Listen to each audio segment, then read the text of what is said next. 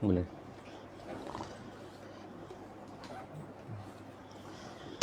Bismillahirrahmanirrahim.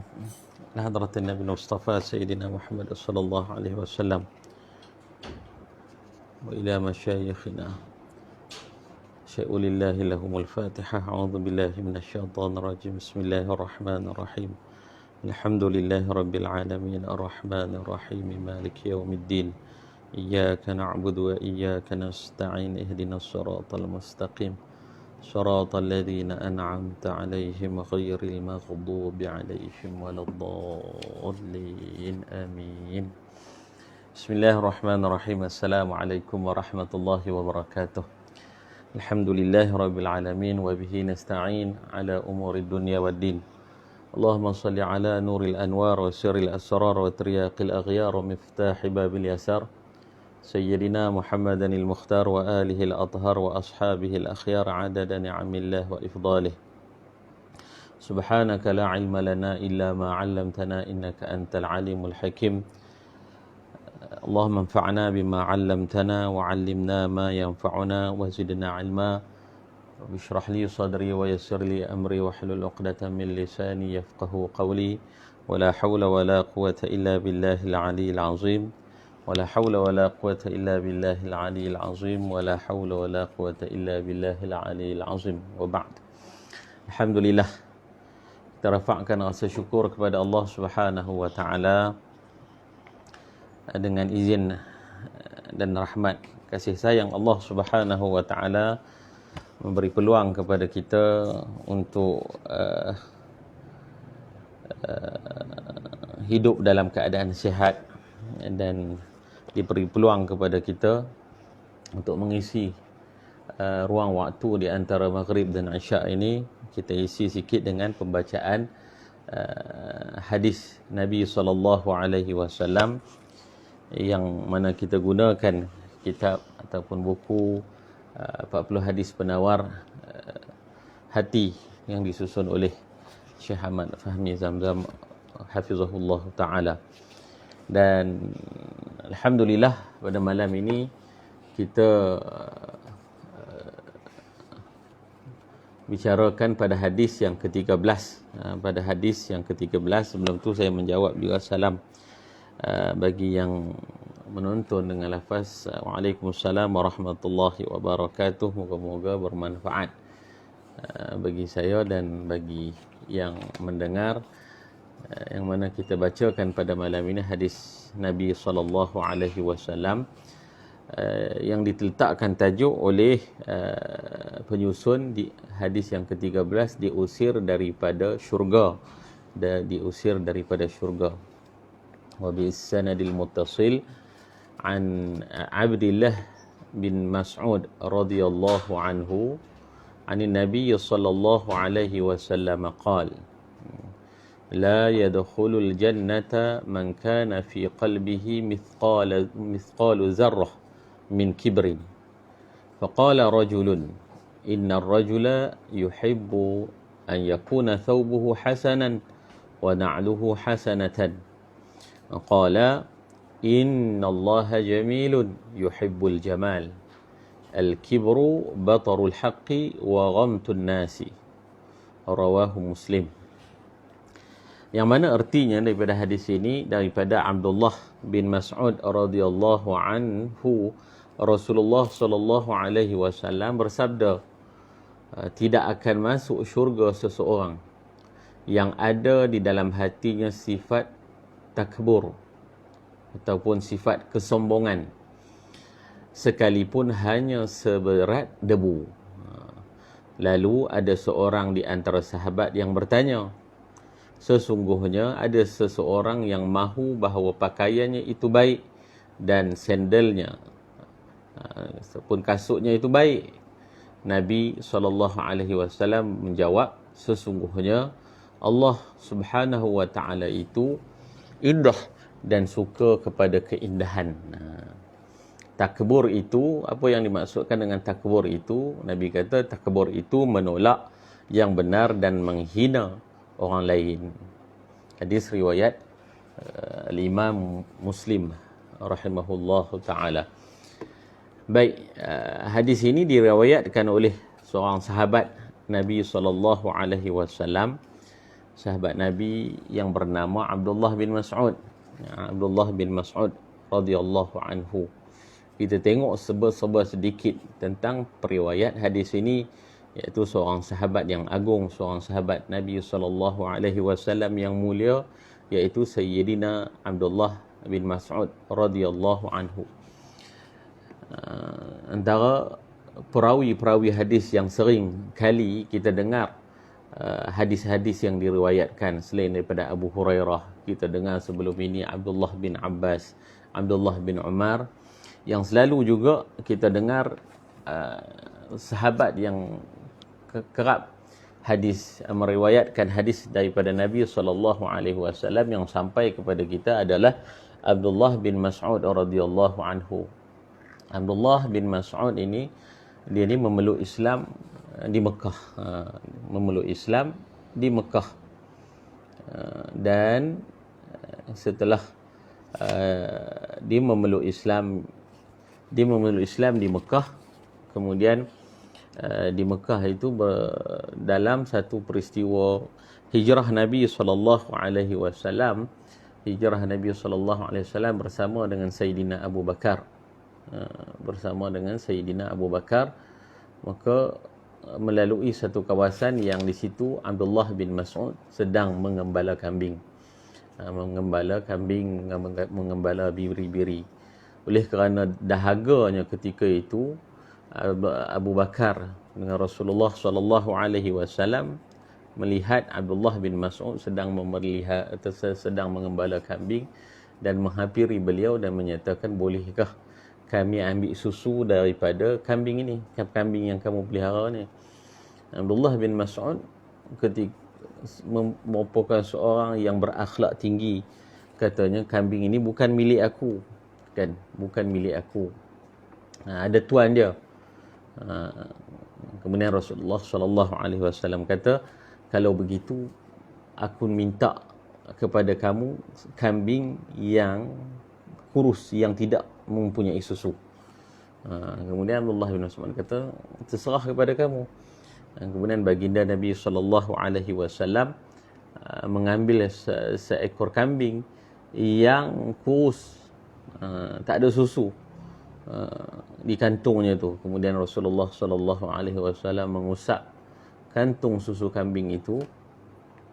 Maka Abdullah bin Mas'ud melihat perbuatan Nabi SAW dan tiba-tiba kambing yang tak mempunyai susu itu, kantung susunya itu penuh.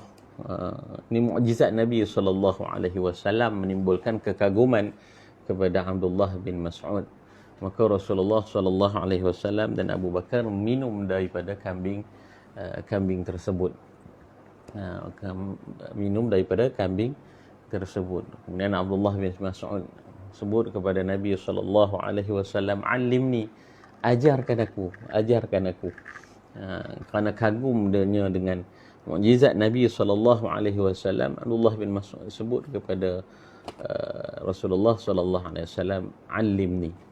Kemudian Rasulullah SAW sebut kepada Abdullah bin Mas'ud, anta rajulun mu'allamun, engkau ni seorang lelaki yang akan diajar, yang diajar.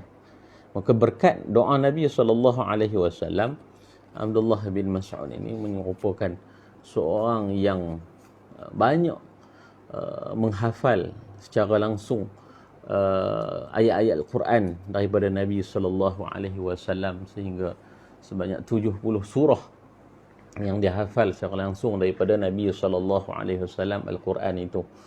Ini Abdullah bin Mas'ud berkat doa Nabi SAW. Dia meriwayatkan hadis ini. Dia meriwayatkan daripada Nabi SAW sekitar 848 buah hadis diriwayatkan daripada Nabi SAW. Dan dia ni merupakan seorang yang kuat khidmatnya dengan Nabi SAW sehingga digelar sebagai sahibun na'alair Nabi SAW. Dia ni penjaga selipar Nabi SAW, penjaga sandal Nabi SAW.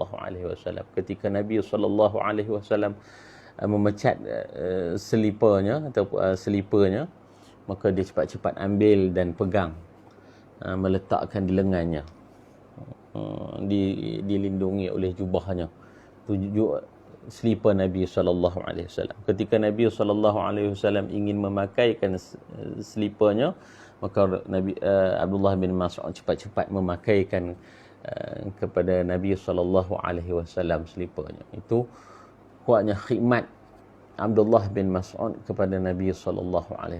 Dan dialah menjaga tongkat Nabi SAW ketika Nabi nak berwuduk. Dialah yang membawa air wuduk kepada Nabi SAW. Dialah yang menjaga siwak, memegang siwak Nabi SAW. Itu Abdullah bin Mas'ud, seorang yang tinggi khidmatnya kepada baginda Nabi SAW, sehingga kan Nabi SAW sendiri mengiktiraf beliau ini yang mempunyai kedudukan yang tinggi di sisi Allah Subhanahu wa taala.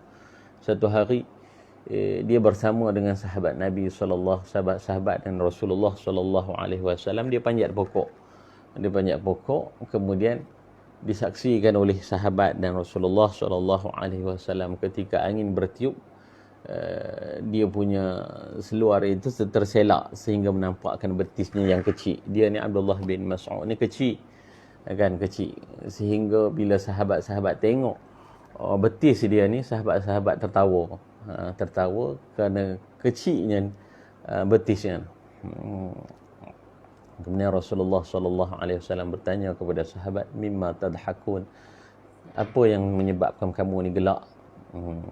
Kerana betis Abdullah bin Mas'ud kah? Sesungguhnya betis Abdullah bin Mas'ud ini kalau ditimbang berbanding dengan Uhud, maka betis ini lebih berat daripada gunung Uhud. Itu pengiktirafan Nabi SAW berikan kepada Abdullah bin Mas'ud. Selain dia ni merupakan orang yang membaca Al-Quran nyaring di dalam masjid Nabi SAW, dan Nabi SAW mengiktiraf bacaan Abdullah bin Mas'ud. Ketika zaman Nabi SAW, Umar ada ketika itu, seorang lelaki sedang bersolat di dalam masjid Nabi dan membaca Al-Quran dengan nyaring, sehingga Nabi SAW memuji bacaan Abdullah bin Mas'ud, dan Abdullah bin Mas'ud diminta oleh baginda Nabi SAW untuk memperdengarkan bacaan kepada Nabi SAW. Kemudian Abdullah bin Mas'ud kata, adakah aku akan membaca Quran kepada engkau sedangkan Al-Quran itu diturunkan kepada engkau, ya Rasulullah? Kata Rasulullah SAW, aku nak dengar bacaan daripada orang lain, bacakan kepadaku. Itu pengiktirafan Nabi SAW kepada Abdullah bin Mas'ud.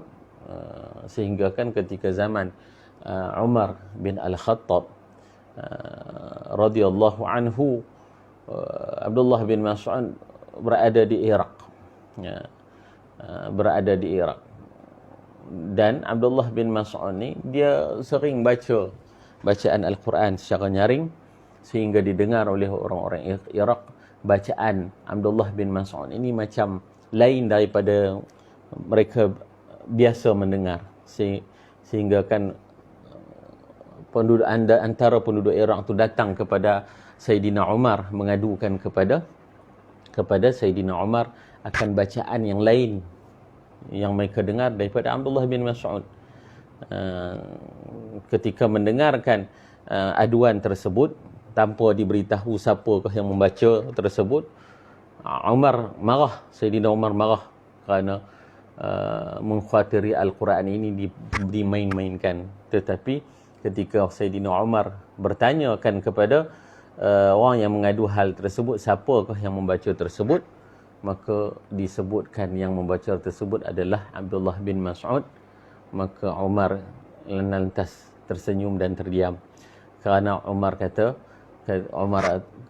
Umar menyaksikan pengiktirafan bacaan Abdullah bin Mas'ud oleh Rasulullah sallallahu alaihi wasallam ketika hayat Nabi. Itu Abdullah bin Mas'ud. Beliau wafat ketika di Madinah ketika berumur sekitar 60 tahun pada tahun 32 Hijrah. Itu Abdullah bin Mas'ud, perawi bagi hadis yang kita akan bacakan, kita akan tengok pada malam ini. Hadis ini apa yang disebutkan? Dia meriwayatkan daripada Nabi SAW qala. Apa Nabi kata? La yadkhulul jannah. Sekarang kita ambil pengajaran, kita ambil ibrah daripada hadis yang kita dengar pada malam ini. Nabi kata, la yadkhulul jannah man kana fi qalbihi mithqalu dzarratin min kibrin. La yadkhulul jannah, tidak akan masuk syurga seseorang, man kana fi qalbihi, seseorang yang ada di dalam hatinya, mithqalu dzarratin min kibrin, ada di dalam hatinya sifat takabur ataupun sifat sombong walaupun sebesar debu. Nabi SAW sebut, faqala rajulun, maka seorang lelaki yang berada di situ, dia bertanya kepada Rasulullah, innar rajula, sesungguhnya seorang lelaki kan, yuhibbu an yakuna thawbuhu hasanan wa na'luhu hasanatan. Apa hal dengan seorang lelaki yang dia ni suka memakai baju yang cantik dan sandal ataupun kasut yang cantik kan? Maksudnya adakah itu juga termasuk dalam kategori orang yang ada sombong, ada sifat sombong ini? Maka Nabi SAW bersabda, qala innallaha jamilun yuhibbul jamal. Sesungguhnya Allah Subhanahu wa taala sukakan sesungguhnya Allah Subhanahu wa taala itu indah, cantik, yuhibbul jamal, dan Allah Subhanahu wa taala itu mensukakan suatu yang cantik-cantik, suatu keindahan. Kemudian apa yang Nabi sebut tentang sombong ini, al-kibru ni apa? Takbur ni apa? Takbur ini adalah batarul haqqi wa ghamtun nas. Yang dikatakan takbur ini bukan suka pakai baju cantik, seluar cantik, kasut cantik itu. Yang dimasukkan takbur ini intinya ada padanya menolak yang benar kan, batarul haqq, menolak yang benar. Kemudian wa ghamtun nas, dan ada unsur menghina orang lain. Atau kama qala, ini hadis daripada baginda Nabi SAW yang mana diulas oleh penyusun menyebut hadis di atas menerangkan kepada kita bahawa sifat takbur sangat dimurkai Allah Ta'ala, sifat takbur, dan orang yang takbur akan dimasukkan ke dalam api neraka walaupun sifat itu hanya sedikit sekali ada pada dirinya, walaupun sedikit.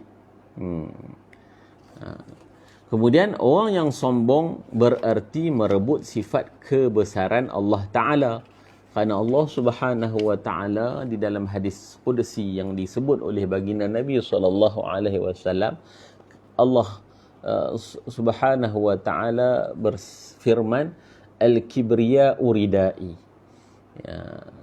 sesungguhnya sifat sombong ini, sifat megah ini adalah ridaku, selendangku. Wal azamatu izari, dan sifat azamah, keagungan itu adalah kainku kan, kainku.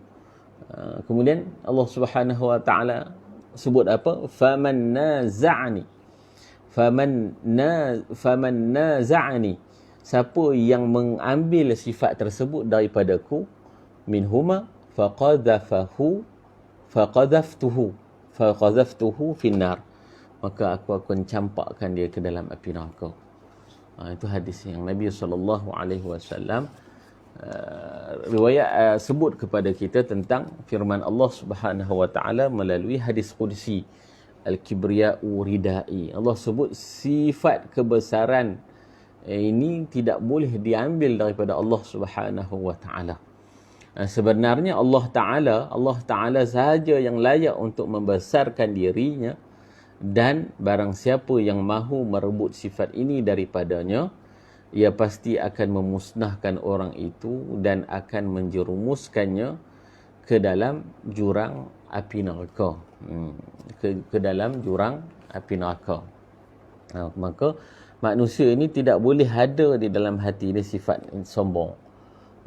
Sifat sombong. Apa natijah kepada sombong ini? Apa dia akan, alamat tanda daripada orang yang sombong ni apa, akan berlaku sikap-sikap merendahkan orang lain, sikap-sikap menghina orang lain, sikap-sikap yang menolak akan kebenaran, merasa diri betul, merasakan diri betul, tidak menerima pendapat orang lain, tidak menerima nasihat-nasihat orang lain.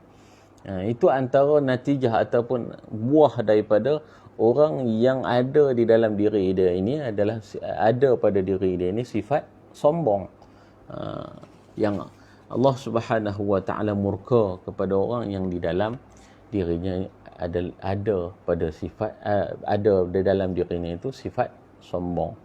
Kemudian kalau kita melihat kepada cerita antara Nabi Adam alaihi salam dengan iblis, jelaslah kepada kita bahawa Allah Ta'ala telah mengusir iblis dari syurga oleh kerana sifat takburnya. Kita tengok balik kisah daripada iblis diusir keluar daripada syurga ini. Kisah dia kenapa? Kerana Allah Subhanahu wa taala suruh dia sujud kepada Nabi Adam alaihi salam, sujud penghormatan, sujud akur dengan perintah Allah Subhanahu wa taala. Apa yang dijawab kepada Allah Subhanahu wa taala? Dijawab kepada Allah Subhanahu wa taala, ana khairum minhu. Ana khairum minhu, aku lebih baik daripada dia. Khalaqtani min nar wa khalaqtahu min tin. Aku diciptakan daripada api, sedangkan dia diciptakan daripada tanah. Yang iblis tak sedar bahawa yang dia bercakap tentang dia bercakap itu dengan siapa? Dengan Allah Subhanahu wa taala, kan Tuhan bagi sekalian alam, yang mana iblis diriwayatkan iblis ini sebelum penciptaan manusia ini tidak ada di suatu ruang bumi ini yang tidak pernah disujud oleh iblis. Maksudnya tinggi kedudukan iblis ini. Jatuh kerana apa? Kerana menganggap kebesaran ataupun baiknya diri berbanding dengan yang lain. Meskipun diperintahkan oleh Allah Subhanahu wa taala, Tuhan bagi sekalian alam, untuk melakukan perintah sujud hormat kepada Nabi Adam alaihi salam, maka dia enggan berbuat, sehingga kan dia dilemparkan, dikeluarkan daripada syurga Allah Subhanahu wa taala. Maksudnya sombong ini adalah suatu sikap waris yang orang ni bila ada sikap ini, dia wariskan daripada siapa? Diwariskan daripada syaitan. Merasakan diri lebih baik daripada orang lain. Merasakan diri lebih baik daripada orang lain, itu cukup bahaya. Di mana ia tidak mahu mengikut perintah Allah Ta'ala supaya sujud hormat kepada Nabi Adam alaihi salam. Allah Ta'ala mengatakan kepada iblis, kesan daripada dia dia enggan menerima perintah Allah Subhanahu wa taala tersebut, apa yang Allah Subhanahu wa taala sebutkan, fakhruj minha fa innaka rajim, keluarlah engkau daripada syurga, maka engkau adalah orang yang terkutuk. Daripada surah Al-Hijr ayat 34. Itu diletakkan tajuk pada hadis ini, diusir daripada syurga. Diusir daripada syurga. Kesan daripada sifat sombong yang ada di dalam diri iblis menyebabkan dia diusir daripada syurga. Siapa yang di dalamnya juga ada sifat sombong ataupun sifat takbur, walaupun sebesar debu dibimbangi, dimasukkan oleh Allah Subhanahu wa taala ke dalam api neraka. Wal'iyazubillah. Dan kita kena faham daripada hadis ini, sombong ini bukan pakai baju cantik, kan? Tetapi kalau memakai pakaian yang mahal-mahal, yang cantik, dan disusuli dengan menghina pakaian orang lain, menghina orang lain, kemudian dengan sifat sombong itu tidak menerima nasihat ataupun teguran orang lain, itu betul sifat sombong yang diwariskan oleh manusia itu daripada syaitan, Tetapi kalau dia pakai baju cantik, akan suka akan kebersihan, suka benda-benda yang cantik, maka dan dia tidak terpaut apapun dengan kecantikan tersebut, pakai hanya sekadar Allah Subhanahu wa taala sukakan kecantikan, maka dia pakai benda-benda yang baik. Allah Subhanahu wa taala pun suka kepada yang cantik, kan? Maka itu bahkan disuruh oleh agama. Yang tak boleh ini ada di dalam sifat ni adalah takbur. Jadi sifat takbur ni menyebabkan iblis terusir daripada tempat kemuliaan yang telah dianugerahkan oleh Allah Ta'ala kepadanya, kan? Itu sebab iblis diusir, kan? Iblis diusir daripada syurga, atau menurut pendapat sebahagian ulama diusir daripada atas langit. Ini ada di dalam tafsir Jalalain, sama ada syurga ataupun langit. Adalah daripada kerana takburnya, maka sangat sesuai pula sifat takbur itu menjadi penghalang bagi penghuni bumi ini untuk dapat masuk ke dalam syurga. Jadi di dalam diri kita ini, yang menyumbang kepada sifat takbur kita ini selalunya apa? Kita tengok balik. Selalunya disebabkan harta yang banyak, kan? Selalunya disebabkan oleh kemahsyuran diri. Selalunya disebabkan oleh kekuasaan yang ada pada diri kita. Itu yang menyumbang kepada rasa tu. Rasa baik daripada orang lain. Rasa yang baik, rasa baik daripada orang lain. Sehingga tahap menghina orang lain, menjatuhkan maruah orang lain. Wal'iyazubillah. Sebab tu agama ajarkan kepada kita, bahkan Nabi SAW pun, sebaik-baik makhluk, Nabi SAW yang saya sering sebut, menunjukkan ketawadukan baginda Nabi SAW dalam sisi kehidupan Nabi SAW. Seperti yang saya sebut sebelum ini, Nabi SAW lebih suka makan di bawah seperti makannya seorang hamba. Nabi tidak menggunakan meja, duduk di atas. Nabi suka duduk di bawah. Dan Nabi SAW, saya sebutkan minggu yang lalu, tempat tidur Nabi SAW, rumah baginda Nabi SAW, kehidupan makan dan minum Nabi SAW, itu menunjukkan Nabi SAW mempersembahkan, menunjukkan kepada umat ketawadukan Nabi SAW, meskipun kedudukannya itu tinggi di sisi Allah Subhanahu wa taala. Sebab itu disebutkan man tawadhu'a rafa'ahu Allah. Siapa yang tawadhu', siapa yang rendah diri, maka Allah Subhanahu wa taala mengangkat kemuliaan orang tersebut. mengangkat orang tersebut, mengangkat kemuliaan orang tersebut.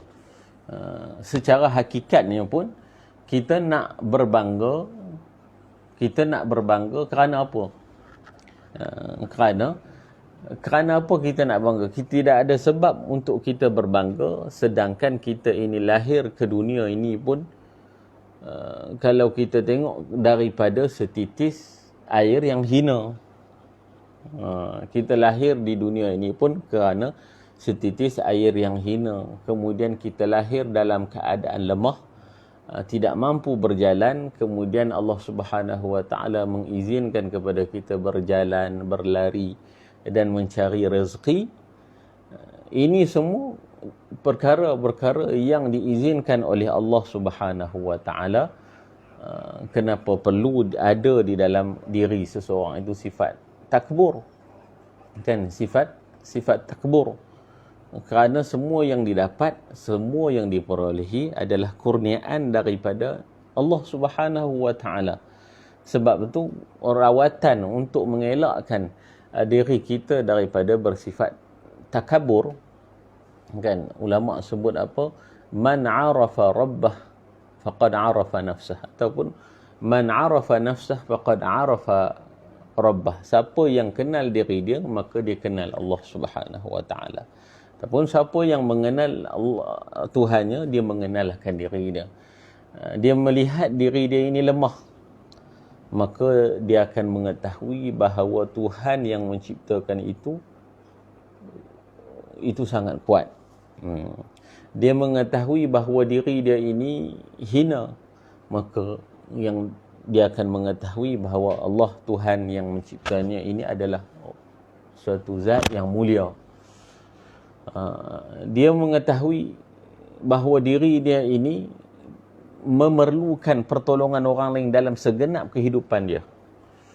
Dia akan mengetahui bahawa yang menciptakan ini Allahus Samad, kan? Tidak bergantung kepada sesiapa pun.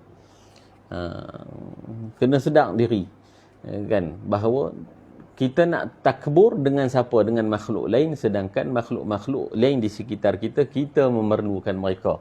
Tinggi mana pun seseorang ini, dia memerlukan kepada orang lain dalam kehidupannya. Dia memerlukan orang lain di dalam kehidupannya. Dia tidak boleh, sehingga kan sampai satu tahap nak makan pun dia perlukan orang lain untuk menyuap dia.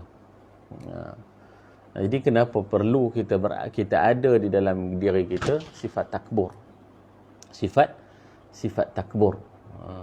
Jangan menganggap takbur ini datang daripada disebabkan harta saja. Kadang ibadah pun tidak, kita tak bahaslah di dalam sifat-sifat mazmumah itu, sifat-sifat yang seperti riya, ujub ni apa? Menganggap bahawa diri ni itu lebih baik daripada orang lain. Maksudnya di dalam ibadah kita ini kena jaga betul-betul, kerana ibadah ini dia berkemungkinan mewariskan dua perkara. Sama ada mewariskan rasa yang ada pada Nabi SAW, rasa hina di sisi Allah Subhanahu Wa Taala, itu sepatutnya, ataupun mewariskan daripada rasa syaitan, merasakan seperti rasanya syaitan ataupun iblis ketika menganggap dirinya ini lebih baik daripada Adam alaihi salam. Maksudnya ibadah itu sepatutnya menatijahkan kepada kerendahan diri kita kepada Allah Subhanahu Wa Taala. Dan di dalam ibadah kita, seperti contohnya solat, kita sujud itu meletakkan satu organ yang mulia, yang paling mulia pada diri kita ini, iaitu kepala kita, ke tempat yang paling rendah, bahkan lebih tinggi daripada punggung kita. Itu untuk apa? Untuk kita mendidik di dalam diri kita ini bahawa diri kita ini hakikatnya ini penuh dengan kelemahan. Sebab itu orang soleh, kan, orang soleh cukup jaga diri mereka ni daripada sifat-sifat begini. Mereka dibentangkan kepada Allah Subhanahu wa taala harta, dibentangkan kepada mereka ini kemuliaan, kemahsyuran, seperti yang saya pernah dengar daripada cerita-cerita kisah yang masyhur yang disebut-sebut orang pada diri Syekh Mutawalli Sya'rawi sebagai contoh. Syekh Mutawalli Sya'rawi ini siapa? Seorang yang cukup masyhur dan cukup alim di bumi Mesir pada suatu ketika. Boleh tengok di dalam YouTube bagaimana jenazahnya itu dibawa ataupun disolatkan begitu ramai jutaan orang. Dan ketika hidupnya, ceramah-ceramah dia, kuliah-kuliah dia penuh dihadiri dengan orang lain, orang ramai, mengambil manfaat daripada Syekh Mutawalli Sya'rawi. Dan ketika dia berada di dalam satu tahap kemasyhuran yang tinggi dengan ceramah-ceramah dia yang begitu memberi kesan kepada hati-hati masyarakat Mesir, sehingga kan kuliah dia penuh. Satu ketika setelah selesai kuliah, orang salam dia, mencium tangan dia, peluk dia, kan, memuliakan dia. Dan setelah habis kuliah, dia masuk ke dalam kereta dan dibawa oleh pemandu dia sampai ke satu laluan, sampai ke satu masjid. Dia minta pemandu dia ini berhenti kereta. Dia kata nak pergi ke tandas. Dia pergi ke tandas. Dia pergi tandas. Oleh kerana lama pemandu dia tunggu, maka pemandu dia ni cari Syekh Mutawalli Sya'rawi ini di dalam tandas tersebut, kan. Maka bila dicari di dalam bilik air tersebut, pemandu ni mendapati bahawa Syekh Mutawalli Sya'rawi sedang mencuci tandas dengan jubahnya yang mulia dan menangisi. Kerana apa? Kerana di dalam diri, kerana setelah disambut oleh orang ramai, itu ada mungkin terbit di dalam diri ini rasa sesuatu. Maka bagaimanakah dia untuk merawatkan benda ni adalah melakukan suatu benda yang mungkin dilihat rendah oleh orang, tetapi tujuan dia adalah untuk merawat hatinya. Itu ulama besar yang cukup jaga hubungan dia dengan Allah Subhanahu wa taala, untuk cukup berhati-hati daripada di dalam diri ini adanya sifat takbur, adanya sifat membangga diri, adanya sifat sombong. Maka itulah rawatannya. Sebab itu rawatan daripada sifat sombong ini adalah kita berkhidmat dengan orang yang berada di sekeliling kita. Sebab itu kita tengok yang meriwayatkan hadis ini, Sayyidina Abdullah bin Mas'ud, dia melalui proses khidmat dia dengan Rasulullah sallallahu alaihi wasallam. Melakukan suatu pekerjaan berkhidmat dengan Rasulullah sallallahu alaihi wasallam, mungkin di mata kita nampak kerja yang rendah, tetapi itu adalah kerja sebaik-baiknya, berkhidmat dengan sebaik-baik makhluk. Dia berkhidmat dengan apa? Dengan Sayyidina Rasulullah sallallahu alaihi wasallam memegang sandal, memegang tongkat. Dan jalan daripada kita untuk mencabut rasa sombong daripada diri kita ini adalah berkhidmat dengan orang yang berada di sekeliling kita. Sedangkan Rasulullah sallallahu alaihi wasallam sebaik-baik makhluk, ketika mana orang ramai sibuk di dalam membina Masjid Quba, maka Nabi sallallahu alaihi wasallam turut serta, Nabi, seorang insan, seorang rasul, Nabi yang diraikan ketika sampainya Nabi SAW ke Madinah.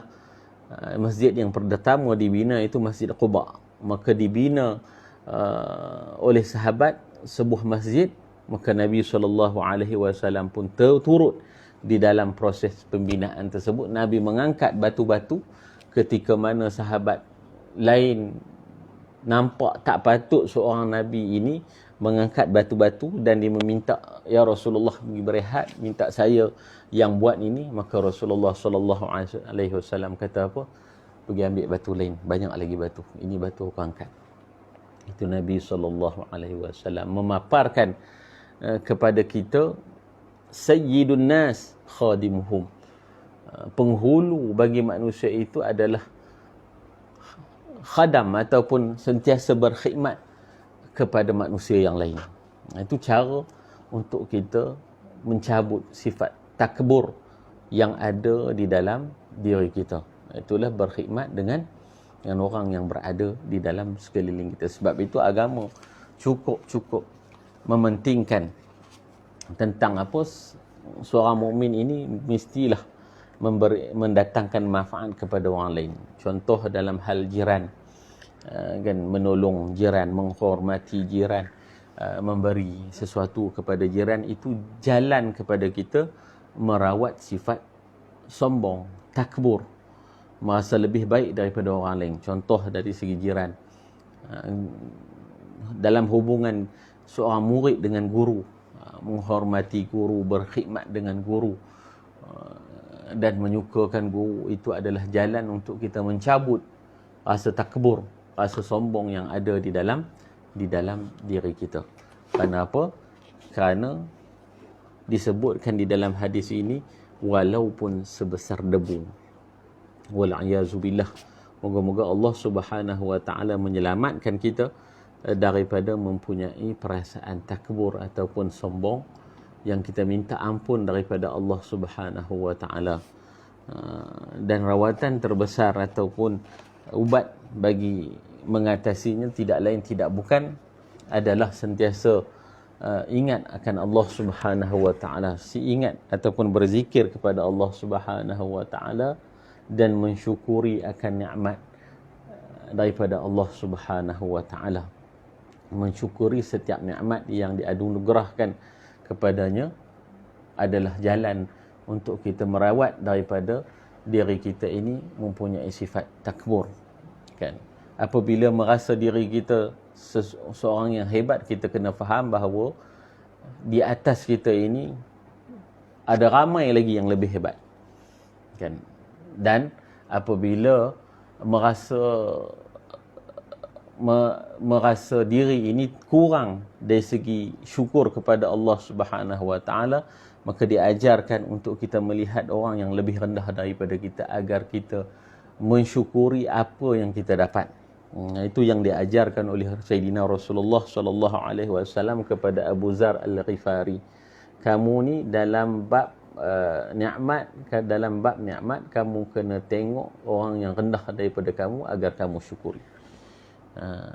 Supaya kamu tidak sombong, kamu kena melihat orang yang di atas daripada kamu, bahawa ramai yang lebih hebat daripada kamu untuk kamu merasakan diri kamu hebat. Itu jalan untuk kita hidup di dalam muka bumi Allah Subhanahu wa taala ini, untuk selamat daripada rasa takbur ataupun sombong, yang moga-moga Allah Subhanahu wa taala selamatkan kita.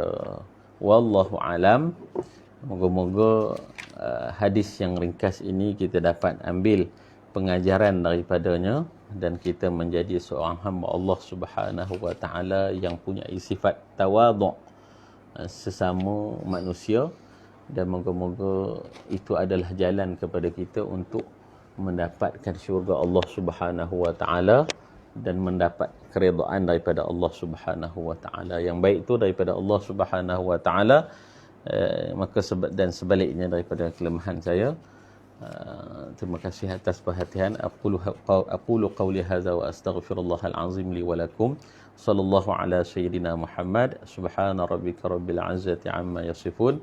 Wassalamun alal mursalin. Walhamdulillahi rabbil alamin. Wassalamualaikum warahmatullahi wabarakatuh.